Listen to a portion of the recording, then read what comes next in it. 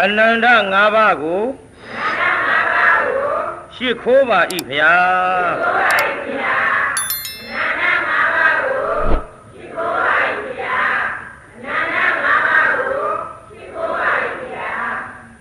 ဒီလိုရှိခိုးရမှာတညရင်လားညတိုင်းလားညတိုင်းပါဗျာဘုန်းကြီးတို့ကတညရင်ရှိခိုးစေခြင်းလားညတိုင်းရှိခိုးစေညတိုင်းရှိခိုးစေပါဗျာညတိုင်းရှိခိုးမှတိုက်တွန်းရတဲ့ဘုန်းကြီးမောကျိုးနတ်မှာလားရှိမခိုးမှမောကျိုးနတ်မှာရှိခိုးမှမောကျိုးနတ်ပါဗျာရှိခိုးမှမောကျိုးနတ်တရားနာပရိသတ်ကြီးလည်းအညောင်းခံပြီးတော့တရားနာကြရညတိုင်းရှိခိုးမှညောင်းကျိုးနတ်မှာလားရှိမခိုးမှညောင်းကျိုးနတ်ရှိခိုးမှညောင်းကျိုးနတ်ပါဗျာဒါဖြင့်ညတိုင်းရှိခိုးကြလို့ဘုန်းကြီးအထူးသဖြင့်တိုက်တွန်းပါတယ်တရားနာပရိသတ်ကြီးတော့ရှိခိုးပြီးသွားပြီဒီကနေ့အနန္တ၅ပါးကိုဘုန်းကြီးကိုယ်တိုင်ရှိခိုးပြီးတော့အန္တရာယ်နှင်ကြအောင်စို့အနန္တဂုဏအဟံဝန္ဒမိသဗ္ဗရာ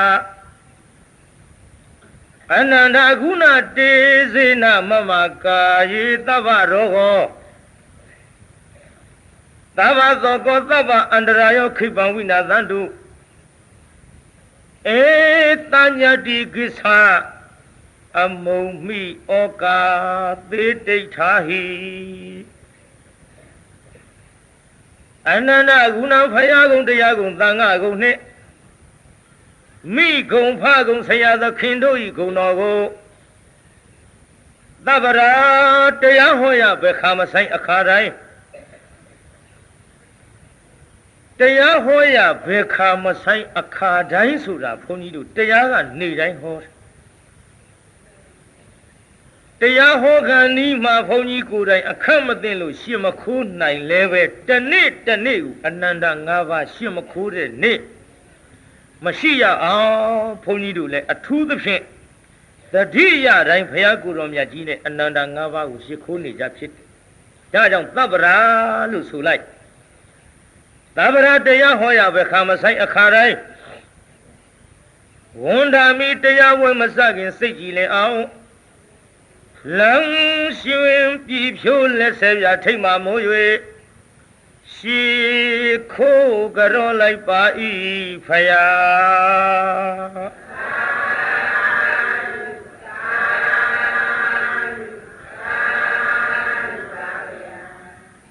အနန္တဂုဏတေစေနလောကတခွင်တွင်နိုင်ရှင်စရာမရှိပါသည်ငါပြဆုံးလင်ဂုံဝင်ဖြိုးမောတကူတော်ကြောင့်မမနှစ်ဖြာနာယုတ်ခန္ဓာပုဂ္ဂိုလ်ဟုတ်တရားရောင်ထင်းအောင်မှုပြဇတိလဟုနာမသမုတ်အကျွန်ုပ်ဤကာယေ၅ပါးခန္ဓာချုပ်ဆက်ခါဖြင့်အာယရဏဓမ္မလတ္တိကြကိုကာယ၌သဗ္ဗရောဂောကျင့်နာကြိုက်ခဲအသေးအဖွဲကစ၍မြားလှပေါင်းချုံအလုံးစုံသောယောဂဟူသမျှသည်သဗ္ဗသောကောစိတ်ထောင်းရင်ကိုကြည်သမို့မဆိုမပြေဆိုးဝိတဲ့အလွန်ပွေ၍သေခြင်းအောင်မောလှတဲ့အလုံးစုံသောဆိုရရင်သောကဟူသမျှသည်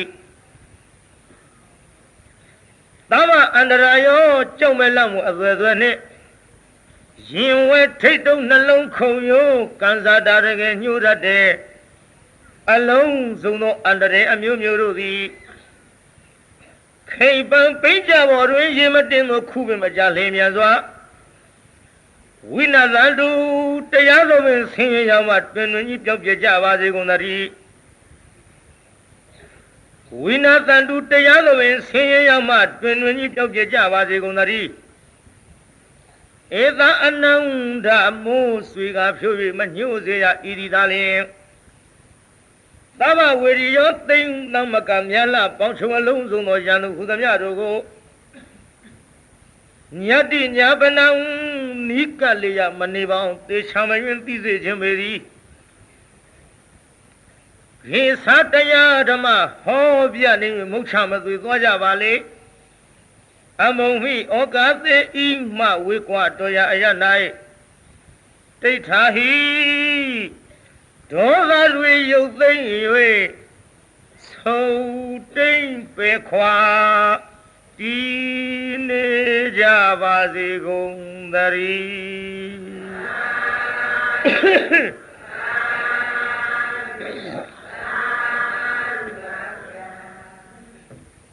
ပရိသတ်ကြီးလည်းအနန္တ၅ပါးကိုရှ िख ိုးပြီးပြီဘုန်းကြီးလည်းရှ िख ိုးပြီးသွားပြီအနန္တ၅ပါးရှ िख ိုးပြီးတဲ့နောက်ဒီကနေ့ဘုန်းကြီးတို့ရှေ့ပိုင်းကြီးညာထားတဲ့တရားကောင်းစဉ်လေးကဘာတဲ့တုံးကြီးသားသမီးထက်ငယ်သောဖေဖေပရိသတ်ကဘုန်းကြီးတော့တမျိုးထင်မှာသမီးထက်ငယ်သောဖေဖေဆိုတော့ကိုအေးကလည်းကြည်ညာသွားတယ်သမီးထက်ငယ်သောဖေဖေဆိုရင်တော့ပထွေးနေမှာသူကရွှေမျိုးရမ်းစက်ပထွေးမဟုတ်ဘူးပြိဿအဖေရင်အဖေရင်အဲ့ဒီအဖေအရင်ကသမီးထက်ကိုငယ်တဲ့ပြိဿယုံရလားပြိဿကြီးပါပြောခြင်းလေကြားမှကြားဘူးပဲဘယ်ယုံလိမ့်ယုံခြင်းယုံမယုံခြင်းနေပရိသအဖေကသမီးတဲ့ငယ်တယ်မယုံခြင်းနေလေကျုပ်ကတော့ဒီတိုင်းပဲပေးတယ်ဒီတိုင်းပဲဟော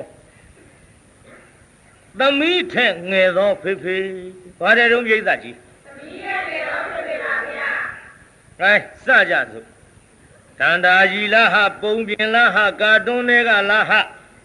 အောင်းမိတ်နေမှာပေါ့မဟုတ်ပါဘူးဖယားဟောဇက်လန်းကိုဘုန်းကြီးဟောဖယားကိုတော်မြတ်ကြီးကသမီးထက်ငယ်သောဖေဖေလို့ဟောသလားဖယားဟောသပြောရဲရဲကြီးပြောတယ်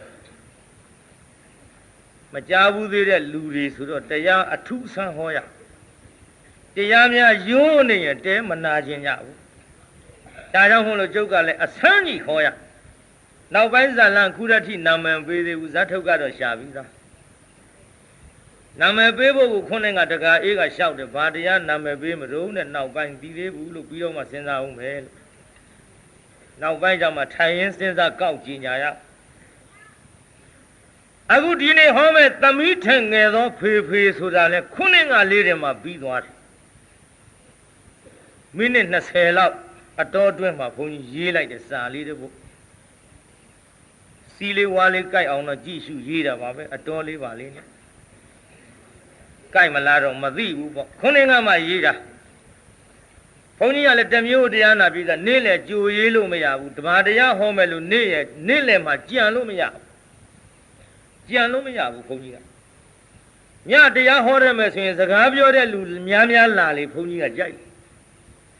စကားပြောတဲ့လူမလာရင်ပလက်ကြီးလှမ်းဖူးဖို့လက်တင်စဉ်းစားတရားတွေဘာတရားဟောမယ်ဘာဟောမယ်ဘာဟောမယ်အဲ့ဒါစဉ်းစားကိုယ်ကားဖြစ်ကုန်ပြီစောစောကစဉ်းစားထားတာညတရားတွေတစ်ခုမှမပါဘူးပါဇတ်ထဲတွေ့ရထွက်သွားတယ်ဒါကြောင့်စကားထိုင်ပြောနေရကထပြီးတော့တရားဟောရမှာစကားပြောတဲ့ထဲကပဲမလို့ကျွတ်တူကအခန့်သိခြင်းပါလာကဲရှိစေတော့လေသမီးထက်ငယ်သောဖေဖေဒါလေးနဲ့စထားရသာဝုထိပြေမွန်ဇေရဝံကျောင်းတော်မှာသတင်းသုံးတော်မူစဉ်အခါသူမနဒေဝီလို့ဆိုတဲ့မိမ့်မပြိုလေးကိုအကြောင်းပြုပြီးတော့ဟောတယ်ဗျအဲ့ဒီကလေးမကအဖေတဲ့ကြီးအဲ့ဒီကလေးမထက်သူ့အဖေကငယ်တယ်ယုံရလားပြိဿဟေးဟာမယုံဘူးတဲ့နော်အေးလေနောက်ပိုင်းကျတော့ယုံလာမှာပေါ့ငါပဟေလိခတ်ဆန်ဆန်မှဲ့ထားတဲ့နာမည်ပေါ့တရားအဆန်းဟောခြင်းလို့အဲ့ဒီကလေးမလေးစီမြတ်စွာဘုရားကိုယ်တော်မြတ်ကြီးကသူ့ကိုအကြောင်းပြု၍ဣဒာနန္တတိပစ္စနန္တတိကတပုံညောဥပယထနန္တတိဘုံညာမေကတန္တိနန္တတိဘိယောနန္တတိသူကတိင်္ဂတာလို့ဒီဒေသနာကိုဘုရားဟောပါ သူဟောပြီလဲသူမနဒေဝီအကြောင်းပြုဟောတရားအသင့်တော့တခါမှမဟောသေးဘူးဒီနေ့စဟောတာဘေးသားကြီးအသင့်နဲ့အဟောင်းပဲဟာကြိုက်ကြည့်ရှုလည်းကြိုက်ကြမို့ပြောရသေးတာလေတော့ကြာသတိမပေးဘူးရှိမှစိုးလို့အသစ်ကြိုက်လို့ဘုန်းကြီးတွေတရားဟောခက်ကုန်တာပေါ့ရှင်မရကြားဘူးပြီးသားတရားကြီးတွေမဟောပါနဲ့ဖေရဒီလိုလျှောက်တဲ့တရားတော်မတွေကကျုပ်ကိုလှိုင်လှိုင်လျှောက်ရှင်းတော့ကဥဒိဋ္ဌကြီးလို့ပဲဒါပြောပြီးသားပုံပြင်အသစ်ကြိုက်တဲ့လူတွေကိုဒီပုံပြင်ကိုဘယ်နှခါထပ်ထပ်ကျုပ်ကပြောတတ်တဲ့အလေးရှိရှင်းတော့ကဥဒိဋ္ဌကြီးတရားဟောသိကောင်းအတန်ကကောင်းအတန်ကောင်းမသိတရားကယိုးလာဘယ်လူဟောစေတနာသုံးတာစေတနာသုံးတာကြီးဟောတော့တရားကယိုးလာအစတုန်းကတော့သူတရားနာပိဋကပြည့်ရှမ်းလို့နောက်လူမရှိဥဒိဋ္ဌစဉ်းစားတယ်ဟဲ့သူတော်ဖေဟာငါတရားဝဲအရင်တုန်းကသိစီတာအခုလူမရှိဘူးကွာအဲ့ဒါဘယ်လိုဖြစ်သွားတာဘယ်လိုဖြစ်ရမလဲကိုတော့တခါလာမဲပြပစိုးတခါလာမဲပြပစိုးကိုတော့တရားကယိုးတာစေတနာသုံးတာကြီးပဲပြန်နာပေါ့ကိုတော့ကြာဘူးပြီးသားကြီးဆိုတော့အေးဒါဖြင့်တို့တရားအသစ်ရှာရအောင်တော်ရဲသွားကြစို့တရားစာအုပ်ထဲမကြည့်ပဲနဲ့တော်ရဲထွက်တရားအသစ်ရှာပြေးသားကြီးတော်ရဲတရားတွေ့ပါမတွေ့ဘူးမတွေ့တော့တောင်ပေါ်တက်ကြစို့ကွာတောင်ပေါ်တက်တရားရှာ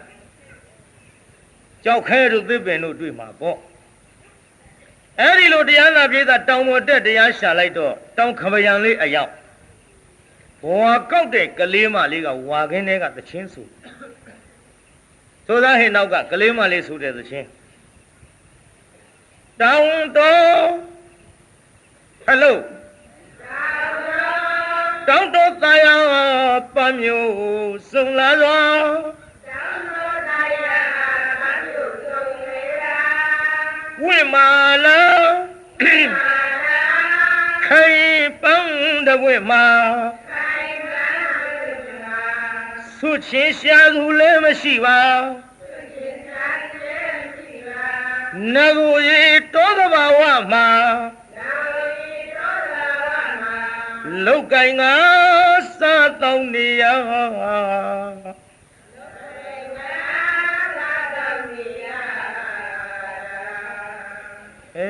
ဟန်ကြသွားပြီနော်ဝါကောင်းသမဘေးသာယူတရားလားသချင်းလားရှင်းရှင်းပြောစမ်းတရားလားသချင်းလားသချင်းပါဗျာဘယ်သူဆိုတာလဲဟိဝါကောင်းသမလေးဆိုတဲ့အတန်ကိုဥဒိဋ္ဌကြားဟဲ့သူတော်ဗျာနားထောင်ကောင်းမလားဟိကောင်းတယ်ဗျာဝါကောင်းသမလေးဆိုနေတဲ့သချင်းဗျာဟေးသချင်းမကလို့ဘာဖြစ်ဖြစ်မင်းမကြိုက်ဘူးလားကြိုက်တယ်ဗျာငါလည်းကြိုက်တယ်ကွာဟေးတချင်းမကလို့ဘာဖြစ်ဖြစ်ဖိုးသူတော်နဲ့ဘုန်းကြီးတောင်ကြိုက်ရင်လူတွေကြိုက်တော့တယ်ကွာအဲ့ဒါတို့တရားလို့ခေါ်ရရဲ့ပဲနဲ့ကောင်းပါဗျာလာမင်းနဲ့ငါနဲ့တစ်ဖြတ်စီထိုင်မှတ်ရဆိုးမှာပါကွာစောင့်ကြနောက်ဆိုးတဲ့ကလေးမလေးကတောင်းတော်သာယာပန်းမျိုးစုံလာစွာဝိမာလာခိပန်းတဝိမာဆုချင်းရှာသူလည်းမရှိပါနဂိုရီတောသဘာဝမှာလောက်ကင်ကစားတောင်းနေရမဲဖျားတတ်တွေပါတယ်နဲ့အစင်းကိုပြေးနေတာဟိကြလားအဲ့ဒါလို့ဆိုလိုက်တော့တစ်ဖြတ်စီမှဟဲ့သူတော်မင်းရရှင်းမရတော့ကွာငါလည်းနည်းနည်းတော့ရပြီကွာမင်းနဲ့ငါနဲ့ဟိုတစ်ဖြတ်စီမှတ်ပြီးစတ်စုလုပ်ရရင်ပြည့်သွားမှာပါကွာငါရတာကလေတောင်းတော်သားရပန်းမျိုးစုံလာသွားတပည့်တော်ကလေဝိမာလာခိုင်ပန်းတဝိမာဟေ့သူတော်ငါကဆုချင်းရှာသူလည်းမရှိပါတပည့်တော်ကလေနဂိုရီတောသဘာဝမှာဟေ့သူတော်ငါကလုတ်ကိုင်းငါစားတော့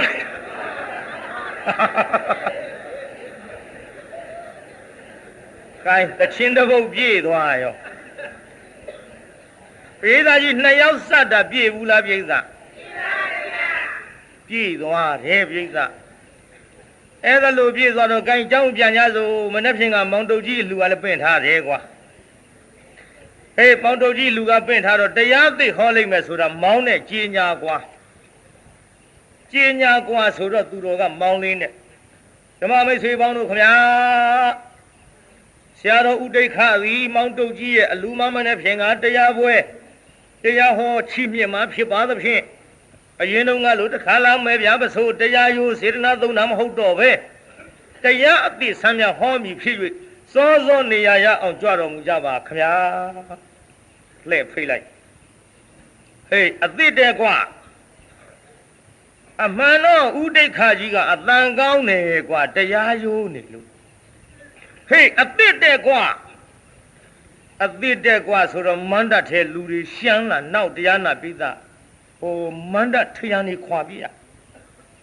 မန္တကားတွေဖြုတ်ပြရစီလိုက်တာကြိတ်နဲ့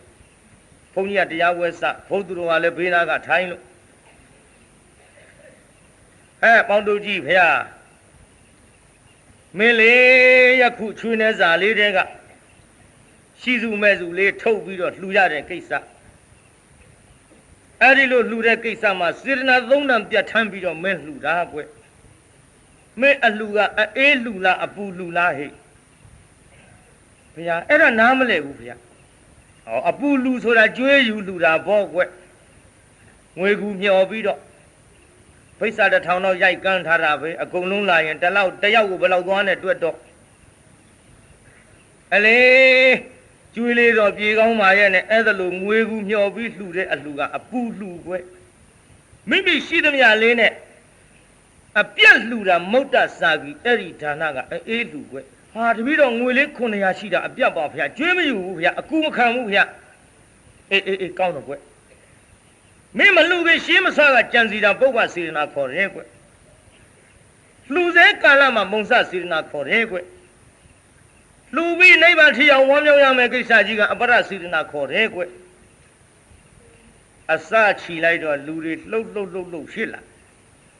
ဘာထူးတုံကွာတရားအသစ်တဲ့တခါလာလဲစေတနာသုံးတာဟဲ့ပြန်ရစို့နောက်ကလူတဝက်လောက်ကလစ်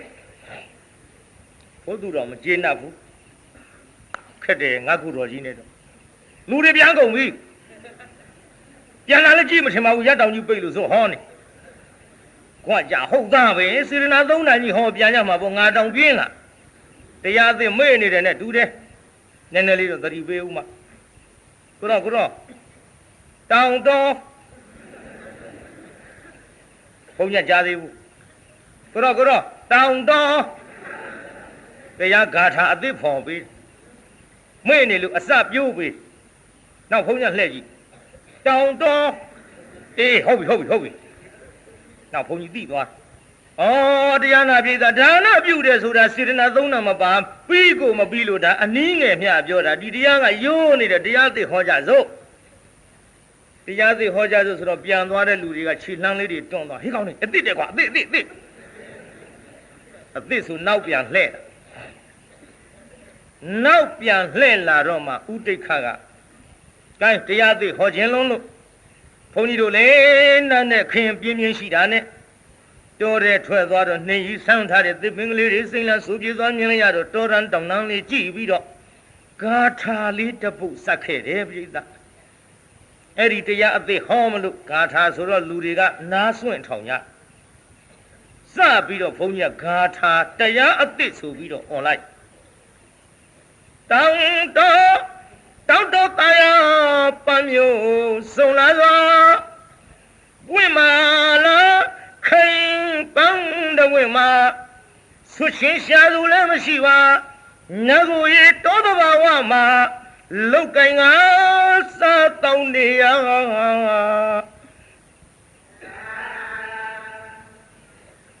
အဲ့ဒါလူလဲဆူလိုက်ရောပရိသတ်ကသာဓုမခေါ်ဘူးလက်ခုပ်တွေထပြီး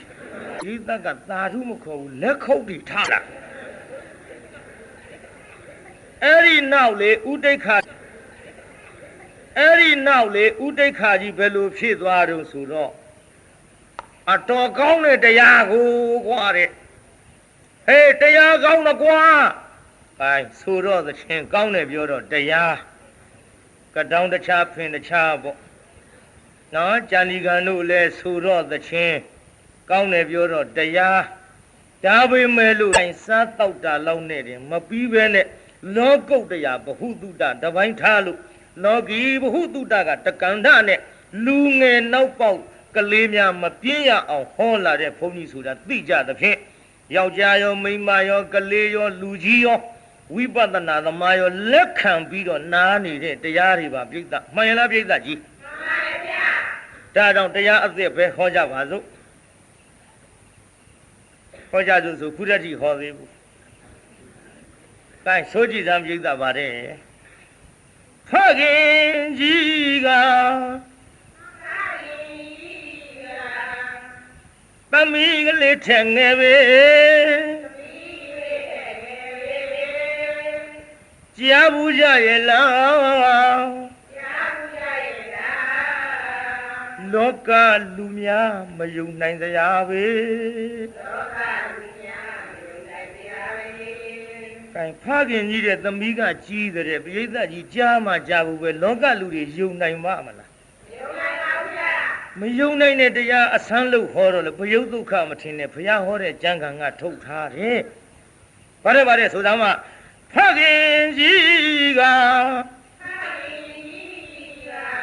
သမီးကလေးထက်ငယ်ပဲကြားဘူးကြရဲ့လားလောကလူများမယုံနိုင်စရာပဲယုံခြင်းယုံမယုံခြင်းနဲ့သမီးထငယ်သောဖေဖေဘသူတဲ့ငယ်တော့ပြိဿဗါတဲ့ယုံခြင်းယုံမယုံခြင်းနဲ့သမီးထငယ်သောဖေဖေ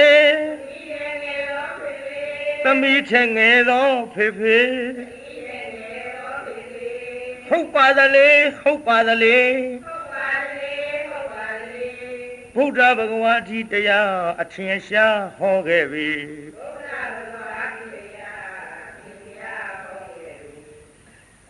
လောကလူတွေလောကလူတွေ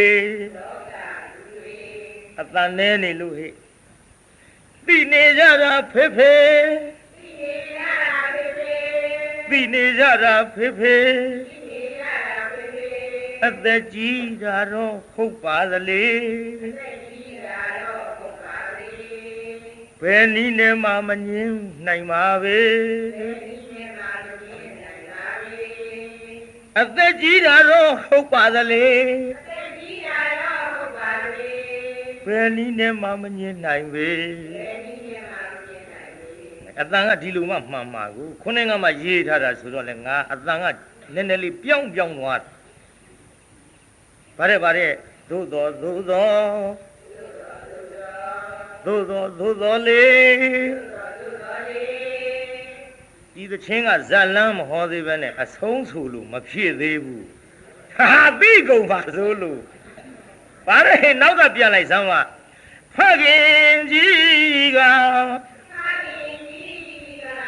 သမီးကလေးထက်ငယ်ပဲကြားဘူးကြရဲ့လားလောကလူများမယုံနိုင်စရာပဲယုံခြင်းယုံမယုံခြင်းနဲ့သမီးထက်ငယ်သောဖေဖေသမီးထက်ငယ်သောဖေဖေဟုတ်ပါသလေဟုတ်ပါသလေဘုရားဘဂဝါဒီတရားအထင်ရှားဟောခဲ့ပြီလောကလူတွေသိနေကြတာဖေဖေသိနေကြတာဖေဖေအသက်ကြီးတာတော့ဟုတ်ပါသလေဘယ်နည်းနဲ့မှမငြင်းနိုင်မေ ဘယ်နည်းနဲ့မှမငြင်းနိုင်မေ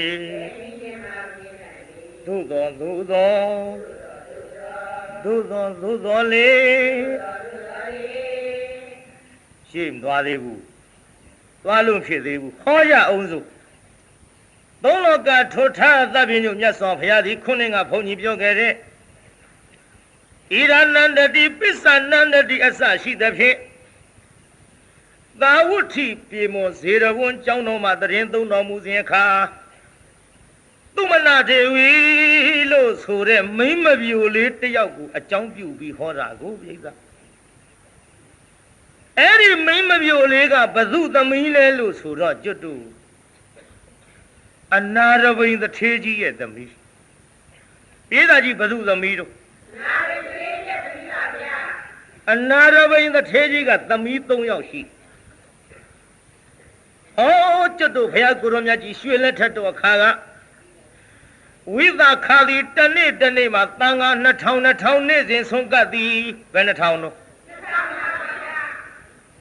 ဒီလိုပဲအနာရဘိန်တထေးကြီးများကလည်းတနေ့2000ဆုံးကပ်ကြသည်ဝိသခါနဲ့အနာရဘိန်တို့ကတန်ခါ2000ဆုံးကပ်တယ်လို့ဆိုတော့တပါးတော်သူတွေဆုံးကပ်ဖို့ခက်သွားတာပေါ့ဝိသခာအနာရဘိန်မကတ်လို့တပါးတော်သူတွေကပ်ပြရင်လဲဝိသခာအနာရဘိန်တို့မှမရောက်လာရင်သူတို့လူတဲ့ဆွမ်းဒါနမမြတ်တရားရောက်သူများထက်မွန်မြတ်အောင်ထူးကဲအောင်ကတ်တဲ့ဝိသခာအနာရဘိန်တို့ဖြစ်နေကြတော့ဝိသခာကြီးကလည်းဒီလူတဲ့ဆွမ်းဒါနမြင်းမကလေးတွေကိုလွှဲပြီးတော့ဆွမ်းလူစီတယ်နောက်အဖွားရဲ့အရေးအရာပေါ့လေမြေးကလေးတွေကိုဆွမ်းအလှခိုင်းဒီလိုပဲအနာရဘိန်တထေးကြီးကလည်းတရားနာပရိသတ်ရေသမီးကလေးတွေကိုအလှခိုင်းကိုစားထားပြီးတော့ဒီလိုကိုစားထားပြီးတော့အလှခိုင်းတဲ့အလေအကျင့်ဟာယခုအခါမိဘများလည်းပဲအဲ့ဒီအတုယူထားကြတာနဲ့တူပါရဲ့မိဘအတုကိုသားသမီးတွေလိုက်လာတယ်ဆိုရင်ကောင်းထုကိုလိုက်မှာကောင်းထုဆိုတာကလည်းမိဘများကကောင်းတဲ့အလုပ်လုပ်မှာမိဘများကဖျားသွားတဲ့အလုပ်ကိုဝါသနာပါရင်သားသမီးလေးတွေဖျားမပါဘူးလားပြိဿဖျားပါသွားကြတဲ့ကမိဘများဖျားဖူးရင်သားသမီးလေးတွေဖျားမဖူးဘူးလားပြိဿဖျားဖူးတယ်မိဘများကကြောင်းကိုသွားတယ်ဆိုရင်သားသမီးလေးတွေမပါဘူးလားပြိဿကျောင်းရောက်တော့တန်ဃာတော်တွေလက်အုပ်ချီမှုရှ िख ိုးကြတော့ရင်မိဘရှ िख ိုးသလိုသားသမီးလေးတွေအတုလိုက်ပြီးတော့ရှင်မခိုးဘူးလားပြိဿမိဘတွေတရားနာသွားတော့လေသားသမီးလေးတွေတရားနာပါမသွားဘူးလားပါသွားတော့တစ်လုံးစားနှလုံးစားကြိုက်တာလေးတွေ့တော့မိဘများကြောင့်ဒီတရားနာရသဖြင့်မှတ်မသွားနိုင်ကြဘူးလားပြိဿမိဘများကောင်းတဲ့အလုပ်လုပ်ရင်သားသမီးလေးတွေလည်းကောင်းတဲ့အလုပ်ကိုလိုက်ပြီးတော့အတုလုပ်နိုင်ကြသည်မိဘများတရားနာတော့လည်းသားသမီးတရားနာရသည်မိဘများကြောင်းသွားတော့လည်းသားသမီးကြောင်းသွားရသည်မိဘများဖျားဖူးတော့လည်းသားသမီးဖျားဖူးရသည်မိဘရုပ်ရှင်ကြည့်တော့ကိုသားသမီးလေးတွေပါမသွားဘူးလား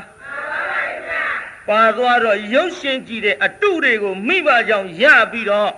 လူငယ်ဆိုတော့လူကြီးတဲ့အာယုံ၅ပါးပို့ကြိုက်တဲ့ဖြင့်ခဏကြည့်ခြင်းလို့ပဲဆန်တောင်းတော့မိဘတွေမျက်စောင်းထိုးကြသည်ထိုးဘူးလားပြိဿကြီးမထိုးနဲ့အဲ့ဒါကိုကြောင့်မိဘကြောင့်ပုဗ္ဗာစရိယမိနဲ့ဖတဲ့မှန်လားပြိဿကြီးမိဘများဇပ်ပွဲသွားတော့လေသားသမီးတွေဇပ်ပွဲသွားကြသည်သွားဘူးလားမိဘများလူကြီးတွေအတုလိုက်ပြီးတော့လူငယ်တွေကလှုပ်ကြမိဘများရီးလို့လဲသားသမီးလေးတွေရီထလာသည်ဖေမေအခေါ်ခိုင်းလို့လဲသားသမီးလေးတွေခေါ်တတ်လာသည်မွေးဖွားပြီးကစားတောကြီးတဲ့သွားပြစ်ထားလိုက်တော့မှလူရိုင်းတာဇန်ဆိုတာလူသာမကြားရတော့ဆင်အော်တော့လူရိုင်းတာဇန်ဆိုတာလူသာမကြားရတော့ဆင်အော်တော့ဂျိုးကြတွေကရဝိတ်တွေအော်တဲ့အတန်သူသိသည်မြင်းနေနွားတွေအော်တဲ့အတန်သူသိသည်လူသာဆိုဘာမှနားမလဲတော့ဖေရမေရဘုန်းကြီးရဖရာရဟန်းရသံဃာရအစရှိသဖြင့်ဒီလိုအတန်ကလေးတွေလူတွေကြားပြီးတော့ ကြီးတဲ့အခါပြောတတ်လာတာမိဘအတူမိဘကသင်လို့ဒါကြောင့်ပုပ္ပါစရိယရှေးဥဆရာပါတဲ့မှန်ရလားပြိဿမှန်ပါဗျာရှေးဥဆရာဖြစ်တဲ့မိဘမှားလို့ရှိရင်သာသမီလေးတွေမှားတတ်ပါသည်မှားဘူးလားပြိဿကြီးမှန်ပါဗျာမိဘများအတူမလိုက်ဘူးလားပြိဿကြီးလိုက်ပါဗျာလိုက်တယ်နော်ခမည်းတော်အတူလိုက်ပြီးတော့အကုန်လုံးအတူတွေလိုက်ကုန်တော့အကုန်လုံးဘာပြောချင်သေးတော့အကုန်လိုက်ကုန်တာအကုန်လိုက်လို့ကုန်တော့ဘယ်ဝတ်ပေါက်ကထွက်မလဲဒီအလုပ်တွေကြီးအကုန်လိုက်လုံနေသဖြင့်တန်တရာတဲ့ဝဲလက်ခတ်ကုန်တာပေါ့မှန်လားပြိဿကြီးမှန်ပါဗျာအကုန်လုံးဆိုတာသဘောပေါက်ရဲ့လားသဘောပေါက်ပါဗျာအကုန်လုံးဆိုတဲ့ကတပြုံလုံးပပုတ်ပုံးကြီးသွားရောဘာမှမကြဘူးသာမှတ်တော့ကြည်တရားနာပြိဿကြီးမိဘများရဲ့အတူကိုလိုက်လို့အနာရဘိန်တထေကြီးကလည်းသမီး3ယောက်ရှိတယ်ထဲမဟာသုဘရာချစ်သမီးနေ့စဉ်တန်ခါ2000ဆွမ်းကပ်နေကြအဖေကိုစားပြုပြီးတော့ငါသမီးကြီးလှူပေးတမ်းမေတော့အဲ့ဒါလို့ခိုင်းထားလိုက်တာမဟာသုဘရာလေးကသောတာပန်တီးတန်ဃာတော်တွေဆွမ်းပင့်ကတရားနာပြီးတော့သောတာပန်တီးပြီးတဲ့နောက်မှာအိမ်တော်ပြုသည်အိမ်တော်ပြုတော့လင့်အိမ်နောက်လက်ရရှာလေသည်သုလသုဘရာလေးကြံနေခဲ့သည်သမီးလေးအငယ်သူမနာလည်းကြံနေခဲ့သည်ဘသူတဲ့တုံးပြိဿသူမနာဒေဝီတဲ့ပြိဿအနာရဘိန်ထေကြီးရဲ့သမီးငယ်လေးကြံနေသည်အဲ့ဒီအနာရဘိန်ထေကြီးရဲ့သမီးကလေးသူမနာဒေဝီသည်ဘင်္ဂါတော်ရှင်မြတ်များကိုနေစဉ်နဲ့များဆံပြုသူတရားနာဒိဋ္ဌိနဲ့သောတာပန်ဒိဋ္ဌိနဲ့ဝိသိကိစ္စကွာလို့ကျွတ်သောတာပန်ဖြစ်သွားတာပေါ့ပြေသာကြီးဒိဋ္ဌိနဲ့ဝိသိကိစ္စကွာပြီးကလေးမလေးပါဖြစ်သွားတယ်သောတာပန်ဖြစ်ပေမဲ့လို့သူကဒီမဲ့အဆင့်ဖို့အဆင့်တစ်ဆင့်နဲ့မကဘဲနဲ့ရှေ့တစ်ဆင့်တက်သွားအရင်အမတွေကတော့ဒိဋ္ဌိနဲ့ဝိသိကိစ္စကွာ၍သောတာပန်လောက်သာဖြစ်ကြသည်သောတာပန်လောက်နဲ့ရပ်နေကြသည်ရပ်ရောပေါ့ပရိသတ်ဒီဘက်ကဟာရပ်ဆိုဟိုဘက်ပြောင်းသွားတာကိုဘယ်ဘက်ပြောင်းသွားတော့ပရိသတ်ဟိုဘက်ပြောင်းသွားသောတာပန်မယ်ဒီကလေးမလေးကတော့တရားနာပရိသတ်ကြီးသောတာပန်နဲ့မကအိမ်တော်ပြုတ်ပြီးတော့ဟိုဘက်မပြောင်းသည့်အတွက်အိမ်တော်မပြုတ်သည့်အတွက်သဂရာဂာမိမဖို့သို့ရောက်လာသည်နှစ်မဲ့နှစ်ဖို့ပေါ့ပရိသတ်ကြီးဘယ်နှစ်မဲ့ဘယ်နှစ်ဖို့တော့နမနဖို့ရောက်လာပြီးတဲ့နောက်ကလေးမလေးတရားနာပြိဿကြီးနေမကောင်းထိုင်မသာယောဂပြင်းပြင်းထန်ထန်ဆွဲကပ်ပြီးတော့လာခဲ့ဒီလိုယောဂဆွဲကပ်ပြီးတော့လာရမှခေါ်ပေးကြပါအနာရဘိန်ထေကြီးကိုခေါ်ပေးကြပါဆိုတော့အနာရဘိန်ထေကြီးကဇယတ်တစ်ခုမှလှူရင်းတန်ရင်ကနေပြီးတော့သမီးလေးထံအရောက်လာသမီးလေးထံရောက်လာတော့ရှိသမီးသူမနာဒေဝီလို့အဲ့ဒါလို့အတန်ကလေးပြုတ်ပြီးခွန်လိုက်တော့မောင်လေးတဲ့မင်းအမကြီးကိုခေါ်သလားတဲ့ပြည်သားကြီးသူမနာဒေဝီကသူ့ဖေပြောတဲ့စကားလေးနားထောင်စမ်းမှမောင်လေးတဲ့မင်းအမကြီးကိုခေါ်သလားတဲ့ဘာတဲ့တော့ပြည်သားကြီးအဲ့ဒီတိုင်းပြောလိုက်တော့အနာရဘိန်ထေကြီးကဟောအဖေကိုမောင်လေးလို့ခေါ်နေပြီငါသမီးယောဂတန်ချက်ကြောင့်ကြောင်ကရမ်းနဲ့ငါသမီးရောင်ရမ်းပြီးတော့များပြောလိုက်လေသလားမောင်လေးတဲ့အမကြီးမရောင်ရမ်းမှာဘူးတဲ့နာရဘိန်ထေကြီးမျက်လုံးပြူသွားတယ်သမီးကငါကိုမောင်လေးလို့ခေါ်နေပြီရောင်ရမ်းပြီးတော့ပြောသလားဆိုတော့လေအမကြီးမရောင်ရမ်းပါဘူးတဲ့ချစ်သမီးသူမနာဒေဝီလေးမှာငါသမီးသေရမယ်ဘေးကိုကြောက်လေသလားငါသမီးသေရမယ်ဘေးကိုကြောက်လေသလား မောင်လေးအမကြီးမကြောက်ပါဘူးကွယ်အမလေးအဖေကိုခုတည်းထိမောင်လေးကြီးခေါ်နေပြန်ပါဘောလားဟေးတန်တော့ယောဂဝေဒနာပြည့်ထန်စွာခံပြီးတော့ငါသမီးကြီးသေရွာမမြန်းငင်ကြောင်ကရန်နေရှောက်ပြောနေတာဟုတ်ပါပြီဟဲ့ခြေသမီးသူမနာတွေဝီတဲ့ငါသမီးလန့်လားမောင်လေးတဲ့အမကြီးမလန့်ပါဘူးတဲ့လှုပ်ပြန်ပြီမောင်လေးလို့ကြီးခေါ်နေသည်သမီးဘယ်နဲ့ကြောင့်အဖေကိုမောင်လေးလို့ခေါ်ရတာတော့အိုးတဲ့မောင်လေးမို့မောင်လေးခေါ်တာပဲကွယ်တဲ့အမကြီးကမောင်လေးခေါ်တာစိတ်မဆိုးပါနဲ့ဟောဗျာဒုက္ခပါပဲဟေးတန်တော့ငါသမီးယောဂဝေဒနာဖိစီးလို့အဖေကိုပဲလျင်မောင်လေးလို့ခေါ်တဲ့သမီးတတိထားပါကွယ်သမီးရဲ့လို့အပါမှာကပ်ပြီးတော့တရုတ်တရားနှစ်ဖူးလေးကိုစမ်းကြည့်လိုက်ဟောသမီးငါသမီးစကားမပြောတော့ပါလားလက်ပဲအောက်လက်ကလေးရှိုးကလေးမလေးရဲ့ခေါင်းကိုသူ့ပေါင်းတော်ထားလို့ပါကလေးတွေပုတ်လို့မင်းစီကလေးလှုပ်ပြီးတော့သမီးအဖေခေါ်နေတဲ့သမီးသူမနာဒေဝီရဲ့မျက်လုံးလေးဖွင့်လာမောင်လေးရဲ့အမမနေရတော့ပါဘူးလှုပ်ပြန်ပြီတမောင်လေးတဲ့လေးနေတော့တာပါပဲလားသမီးငါသမီးပဲလို့တော့ခုတည်းထိမောင်လေးခေါ်နေတာတော့အိုးမင်းငါတဲ့ငယ်လူမောင်လေးခေါ်တာပါကွယ်ငါမောင်လေးရဲ့ဒုက္ခပဲခုတည်းထိမောင်လေးခေါ်တော့မှလားတန်တော့ငါသမီးကြီးသေပါဘူးသွားတော့မလဲတူပါရဲ့သတိထားလေဟင်မောင်လေးမမမျက်စိတွေပြားလာပြီကွယ်မောင်လေးရဲ့မျက်နှာဝမမမြင်ရတော့ပါဘူးမနေရတော့ဘူးထေမောင်လေးသေမဟာသေဘုန်းကြီးမသက်တာဘူးသေမလူကသေမှာပဲကံပြေးသားကြီးသူမနာဒေဝီလေးသေပါလားသေပါဗျာအဲ့ဒီတော့ကမှအဖေလို့သူခမညာကဟင်းသမီးသူမနာဒေဝီမိမလိမ္မာကြီးဟောမဟာသူဘရာဆုလက်သူဘရာခေါ်တဲ့သမီးနဲ့ရောက်အိမ်တော်ပြုဝေမယ်လို့ဟောဒီသမီးအငယ်အိမ်တော်မပြုဘဲနဲ့အဖေလုတ်တဲ့အလုတ်ကိစ္စကြီးနဲ့ပြုပြီးတော့လာခဲ့တဲ့သမီးဟာပါလေခုတော့ငါသမီးကြီးအဖေပြေးသွားပါဘောလားအလိမ္မာဆိုကြီးအဖေကိုထားပစ်ခဲ့ပါဘောလားရဲ့လို့သမီးရတနာရဲ့လေအထီးတန်ကဖခင်ကိုထားခဲ့တော့မှလားဟာတန်ရောစင်များအကျဉ်းသားတွေစုံလှကြည့်ရဲ့မြင်လာပုံ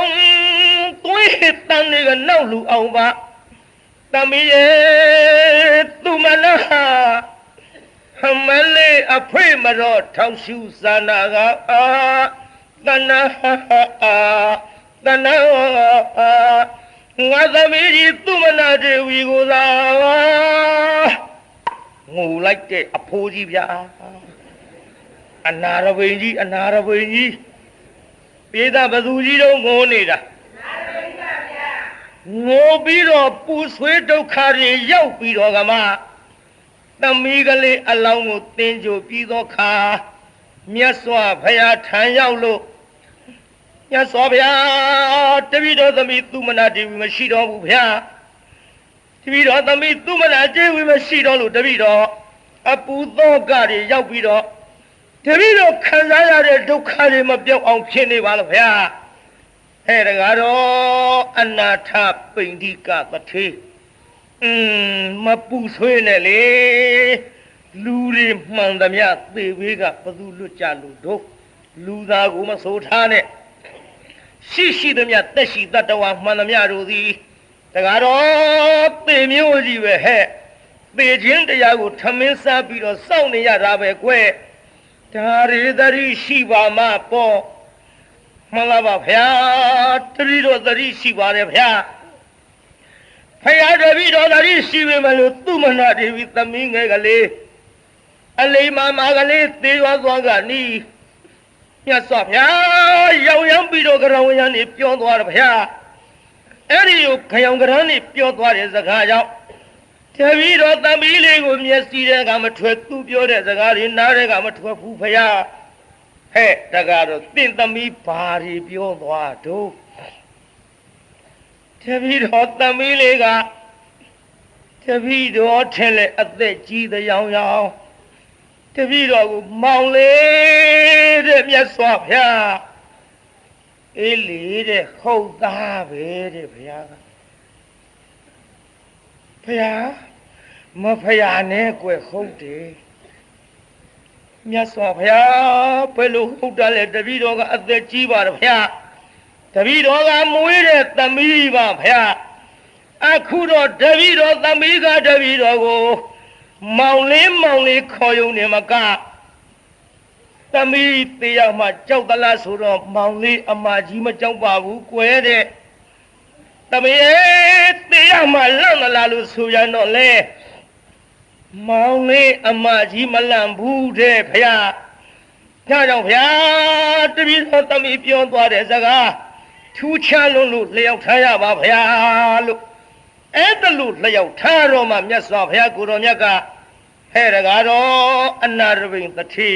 သင်သမီးလေးပြောတဲ့စကားမှန်တကွ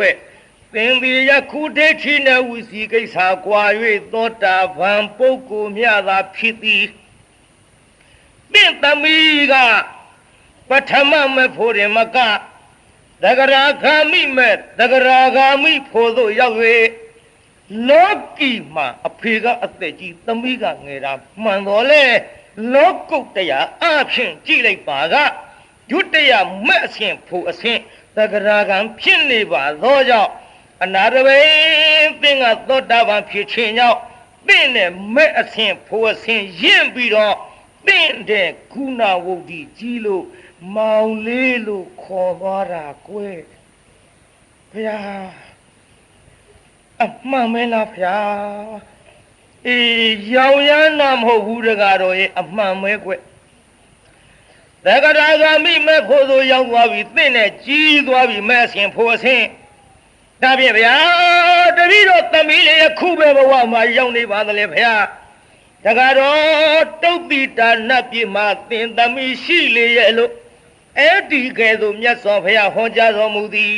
ဒါကြောင့်တရားနာပရိသတ်ရေပဟေလိဆန်ဆန်ပေးထားတဲ့နာမည်ဒီတိုင်းသာပြောလို့ကတော့ယုံကိုမယုံနိုင်တဲ့ဇလံအခုတော့ပရိသတ်ကြီးယုံသွားပါလားခုနဝုဒ္ဓီဝရဝုဒ္ဓီခုနဝုဒ္ဓီဆိုတာဂုံကြီးတာဝရဝုဒ္ဓီဆိုတာအရွယ်ကြီးတာဝရဝုဒ္ဓီဆိုတာဘာကြီးတာခုနဝုဒ္ဓီဆိုတာဘာကြီးတာကျွတ်တို့လေဟော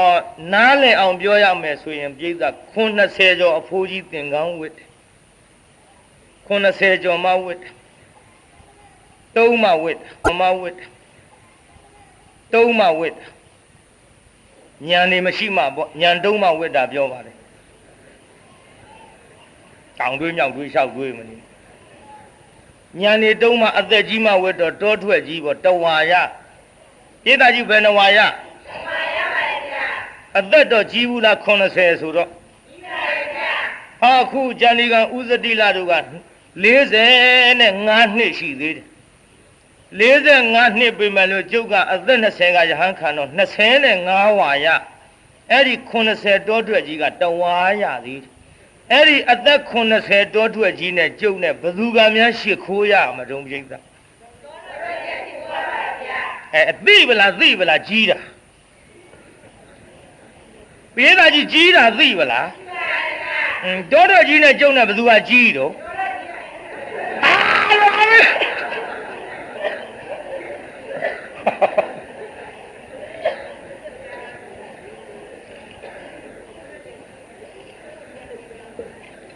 အဲ့ဒါကြောင့်ပဟေလိဆန်ဆန်မှဲ့တဲ့ဇတ်လမ်းမှာဆိုမှပြေးတာကြီးဟိုတောတော်ကြီးနဲ့ကျုံနဲ့ဘယ်သူကကြီးဘာကြီးတာတော့ ဝါကြီးတာဝါကြီးတာကဲဟိုဘက်ကတခါလှည့်ပြောကြအောင်ဆိုတောရွက်ကြီးနဲ့ကျုပ်နဲ့ရှင်ကြီးလိုက်တော့တောရွက်ကြီးကကြီးတယ် तू ကဘာကြီးတာ तू ကအသက်ကြီးတာကျုပ်ကဘာကြီးတာတော့ဝါကြီးတာဂုံကြီးတာဒါကြောင့်တရားနာပြိဿသမီးလေးပြောသွားတဲ့စကားဖယားက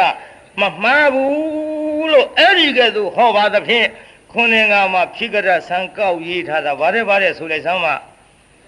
ဖခင်ကြီးက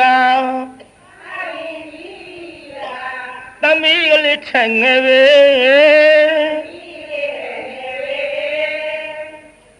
လိုက်နော်နောက်ကလူတွေကြောင်ခိုးမနေနဲ့ကြားဘူးကြရဲ့လား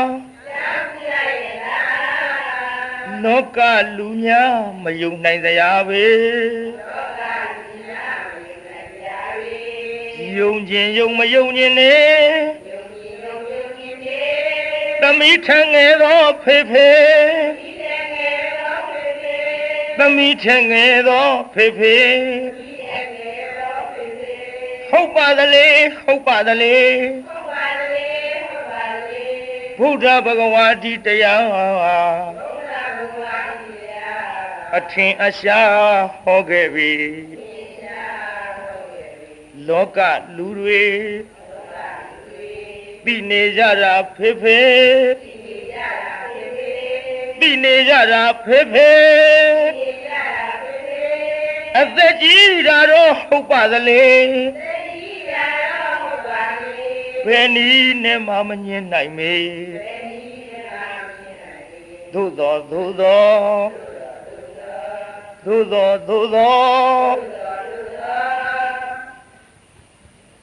ပြန်ဆိုဟိဗါတဲ့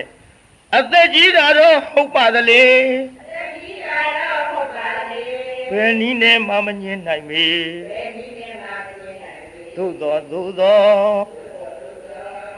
သို့သောလေခုနာဝုဒ္ဓိတကယ်ကြည်တော်သောတာပတ္တိဖြစ်ပြီဖေဖေလေသမီးဖြစ်သူသက္ကရာကောင်အစိမို့ပြေသာအဖေကဘာတော့အဖေက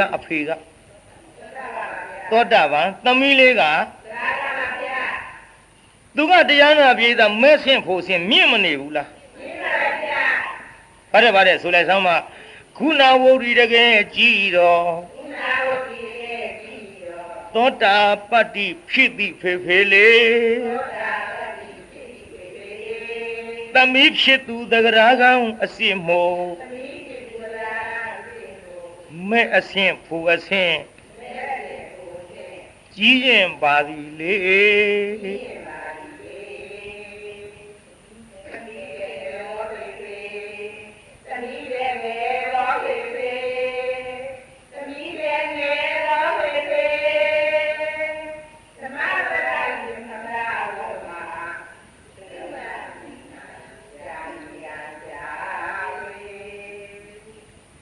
ဘယ်တော့မှဆိုထားတာလားကြလာပါဟေးတို့ကဂျန်ဒီကန်ရိမ့်ပေးတာကြီးဘာရိမ့်တို့အတန်ကမမှန်သေးဘူးခုနှစ်ကမှရေးထားတာဆိုတော့ခိုင်တစ်ခေါက်ပြန်စားနောက်ကလူတွေအကုန်လုံးဝိုင်းလိုက်စမ်းဘာလဲဆိုတော့မှဖခင်ကြီးကဆိုအကုန်လုံးဖခင်ကြီးကသမီးလေးထငယ်ပဲ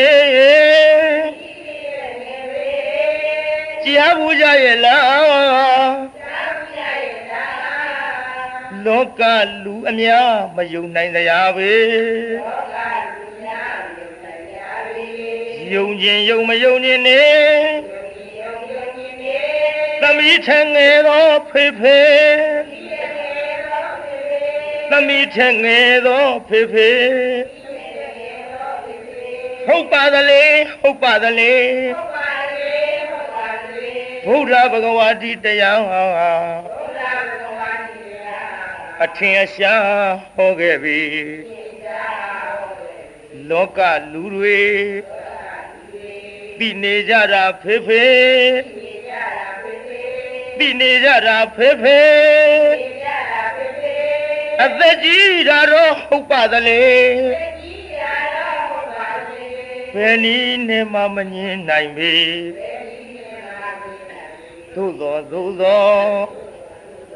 သို့သောလေခုနဝုဒ္ဓိတကယ်ကြည်တော်သောတာပတ္တိဖြစ်သည်ဖေဖေလေသမီးဖြစ်သူတဂရာကံအစစ်မို့မဲ့အစဉ်ဖို့အစဉ်ကြီးရင်ပါသည်လေ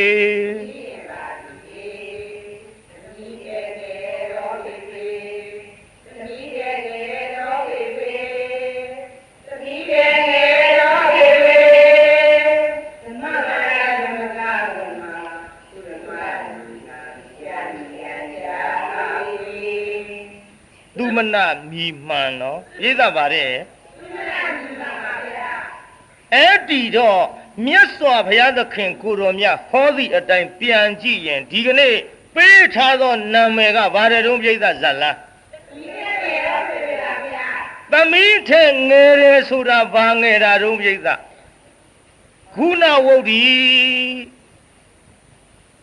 ခုနဝုဒ္ဓိသမီးကကြီးလို့အဖေလို့သူကဂုံအားဖြင့်ငယ်ပါတယ်ပြိဿဘာအားဖြင့်ဖေကငယ်နေတာတော့မဲ့အစဉ်ဖို့အစဉ်အားဖြင့်ငယ်ဘူးလားပြိဿအသက်တော့ဘသူကကြီးတော့အဖေလို့သူကအသက်ကြီးတာပေါ့ဒီထဲတို့တကာအေးကပထွေးတဲ့သိလဲမသိပဲနဲ့သူကရမ်းဖြေနေကဲသူလည်းခုသဘောပေါက်သွားတော့ပါဒါကြောင့်တရားနာပိဋကကြီးဘုရားကိုယ်တော်မြတ်ကမြတ်စွာဘုရားတဲ့ဘေဘီအဲ့ဒီအနာတပိန်ကလျှောက်လို့ဘုရားတပည့်တော်ဤသမီးသည်ကောင်းမြတ်သောအလုပ်ကိုလုပ်၍ကောင်းမြတ်သောသူဂတိဘုံဘဝသို့ရောက်ပါသလားဘုရားလို့ဆိုတော့တကားတော့ကောင်းတဲ့အလုပ်လုပ်ရင်ဒီလိုပဲရောက်ရတဲ့ကွယ်လို့ကတ္တပုံညောပြုတ်အပ်ပြီးသောကုသိုလ်ကောင်းမှုရှိသောသူသည်ဣဒာဤပြစ္ဆုတ်ပံလောက၌နန္ဒတိနှစ်သက်ဝမ်းမြောက်ရ၏ပိဿကောင်းတဲ့အလုပ်လုပ်ရင်ဒီပြစ္ဆုတ်ပံလောကဝမ်းမမြောက်ဘူးလားပိဿပစ္စတမလုံးလောက၌လည်းနန္ဒတိနှစ်သက်ဝမ်းမြောက်ရ၏သေသွားတဲ့ဟိုဘက်ကဝမ်းမမြောက်ဘူးလားပိဿဥပယထာပြစ္ဆုတ်ပံတမလုံးနှစ်တန်သောလောက၌နန္ဒတိနှစ်သက်ဝမ်းမြောက်ရ၏ဒီလောကလည်းဝမ်းမြောက်ရတယ်သေသွားတဲ့ဟိုဘက်နောက်ဘဝလည်းဝမ်းမြောက်ရတဲ့မြောက်ရဘူးလားပိဿဒါကြောင့်တရားနာပိဿကြီးမြတ်စွာဘုရားကိုယ်တော်မြတ်ကဥပယထာပြစ္ဆုတ်ပံတမလောနှစ်တန်သောလောက၌နန္ဒတိနှစ်သက်ဝမ်းမြောက်ရ၏မင်္ဂါသည်ပုံညာကောင်းမှုကိုကတံတိပြုအပ်ပြီးဟု၍နန္ဒတိနှစ်သက်ဝမ်းမြောက်ရ၏သေသွားတဲ့ဟိုဘက်လည်းဝမ်းမြောက်ဒီဘဝလည်းဝမ်းမြောက်ဒုက္ကတေသူကတိဘုံဘဝသို့ဂတ်တော်ရောက်သည်ဖြစ်၍ဘေရောလွန်စွာအတိုက်ထဲအလွန်လို့ခေါ်ပါတယ်မှန်လားပြိဿကြီးဘေရောလွန်စွာနန္ဒတိနှစ်သက်ဝမ်းမြောက်ခြင်းအစီဖြည့်ကြည်ဖြစ်ရာရှာလေတော်သရီ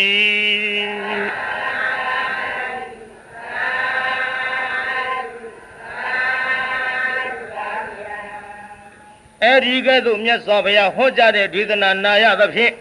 တရားနာပိဋကအပေါင်းတို့ဤသောတာပတ္တိဖလာဒီနိသောတာပန်သက္ကရာကအနာဂယဟံနာတွေဖြစ်ကြပါသည်ဆိုတဲ့သမီးထက်ငယ်သောဖေဖေဆိုတဲ့ဇလန်းသည်ဒီကနေ့10နာရီလောက်သောအချိန်မှနေထိတမ်းပါတယ်ပိဋကဒါကြောင့်ဒီကနေ့ရှေ့ပိုင်းတရားခိတ္တနာကြအောင်စို့ဗမာရိနာမမေ့မလျော့မပေါ့မဆာသောတတိတရားဖြင့်တံပါထေထမိမိတို့ကြီးမှန်သမျှလွယ်လင့်တဲ့ကူပါလာလို့မပင်မညပါဘူးဆိုရင်ဖြင့်ချွေးနှဲစာလေးတွေကကြိုးစားပြီးတော့လူတောင်းနိုင်ကြပါစေကုန်သတည်း